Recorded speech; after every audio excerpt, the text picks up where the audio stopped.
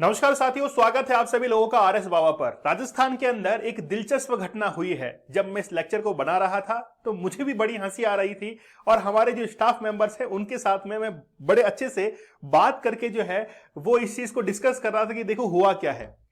और वाकई में ये दिलचस्प घटना है। राजस्थान के अंदर एक रॉयल मैरिज हुई है। भाई शादी होना और बड़ी शादी होना जो है राजस्थान के लिए कोई गर्व की बात नहीं है। हाल ही के अंदर परिणीति चोपड़ा और राघव चड्ढा जो है उनकी शादी उदयपुर के अंदर हुई है। लेकिन उदयपुर के अंदर एक दूसरी शादी जो है वो और हुई है। मुझे अंदर से जो है हंसी भी आ रही है इस बात को लेकर कि वो रॉयल वेडिंग जो है वो कहला रही है। और राजस्थान के अंदर पहली बार ऐसा हुआ है कि सेम सेक्स कपल, मतलब दो लोगों ने जो है सेम सेक्स के हैं, दो लड़कों ने शादी कर ली है। और राजस्थान के अंदर पहली घटना जो है ये देखने को मिली है। क्या है इसके बारे में लो हम लोग जानेंगे। और सुप्रीम कोर्ट ने ऐसा क्यों कहा कि हम लोग इसके लिए जो है रेस्पॉन्सिबल नहीं है। अगर आपको इसके ऊपर कोई कानून चाहिए तो आपको जो है वो पार्लियामेंट के पास में जाना चाहिए। हमारे पास में आना आप लोगों के लिए गलत है, क्योंकि हम लोग जो है वो लिबर्टी ऑफ मैरिज देते हैं, ना कि राइट। यहां पर हम लोग जो है लिबर्टी ऑफ मैरिज देते हैं, लेकिन हम लोग सेम सेक्स जो है इसको यहां पर अलाउ नहीं करते हैं। और ये पूरा का पूरा जिम्मेदारी जो है पार्लियामेंट के ऊपर जो है दे दी है। कौन है दो लड़के, चलिए जानते हैं।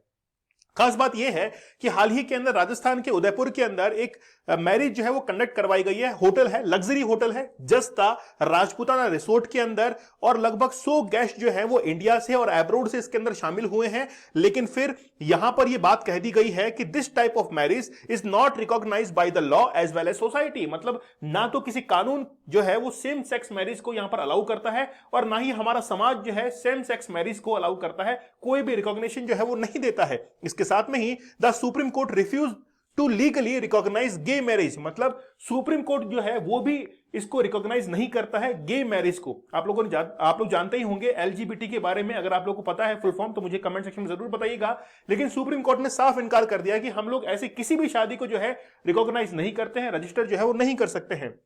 चलिए, तो इन दोनों के बारे में जो है हम लोग जान लेते हैं कि आखिरकार हुआ क्या है। बेसिकली एक व्यक्ति जो है वो है एनआरआई और दूसरा व्यक्ति जो है यूएस सिटीजन है। वो लोग राजस्थान के अंदर आते हैं और उदयपुर पहुंचते हैं। उदयपुर पहुंचने के बाद उनकी बेसिकली शादी जो थी वो कॉन्फिडेंशियल थी। इन्होंने अपने जो मैरिज कार्ड थे वो वेबसाइट के थ्रू डिस्ट्रीब्यूट किए थे और इन्होंने फिर ये डिसाइड किया कि हम लोग जो है वो रेस्ट ऑफ लाइफ एक दूसरे के साथ रहेंगे। मतलब ये दोनों जो है वो एक दूसरे के साथ रहेंगे, भारत के बाहर से हैं। जब वहां पर अलाउ है तो वहां पर शादी कीजिए, यहां पर आकर गंदगी मचाने की क्या जरूरत है। सुप्रीम कोर्ट जो है हमारा इस बारे में अलाउ जो है वो करता ही नहीं है। हम लोग लीगली जो है इसको कर ही नहीं सकते हैं। ठीक है, तो दोनों जो है वो आउट ऑफ इंडिया के रहने वाले हैं। The Supreme court has not given permission. Supreme court ने कोई परमिशन जो है इसके लिए नहीं दी थी। और ये कहा था सुप्रीम कोर्ट ने कि हम लोग जो है in its verdict on the petition in this case, the Supreme Court refused to legally recognize gay marriage। मतलब इसको रिफ्यूज कर दिया था। It is the job of parliament। हमारा काम नहीं है।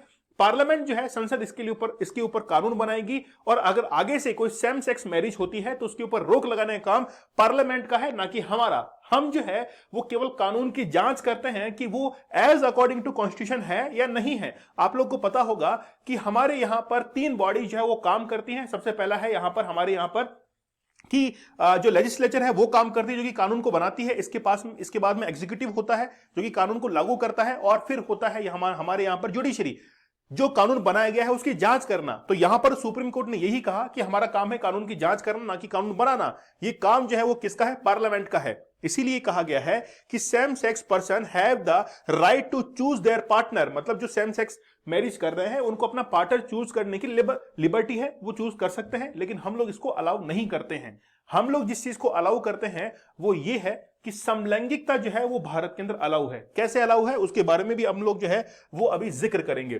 ऑलरेडी कई बार पिटीशन जो है वो सुप्रीम कोर्ट के पास में पहुंची है। सुप्रीम कोर्ट ने जो है इसको रिव्यू किया है और सुप्रीम कोर्ट ने यह भी कह दिया है कि no fundamental rights of same sex couple to marry, says Supreme Court. मतलब ये कोई फंडामेंटल राइट नहीं है। मतलब आपका कोई मौलिक अधिकार नहीं है कि हम लोग अपने सेम सेक्स के साथ में जो है वो क्या करें, मैरिज करें।